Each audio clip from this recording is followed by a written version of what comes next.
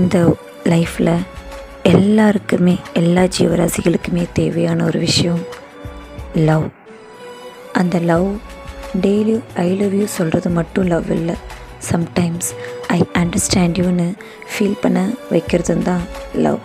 Arguments வரும், miss understandings வரும், ஆனால் விடாமல் இருக்கிறது தான் ரியல் லவ்.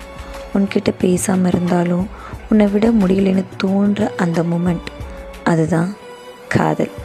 பர்ஃபெக்ட் பார்ட்னர்னு யாரும் இல்லை, ஆனால் உன் கூட ஸ்டே பண்ண சூஸ் பண்ணுற அந்த ஒருத்தன் ஆர் ஒருத்தி, அதுதான் உண்மையான லவ்.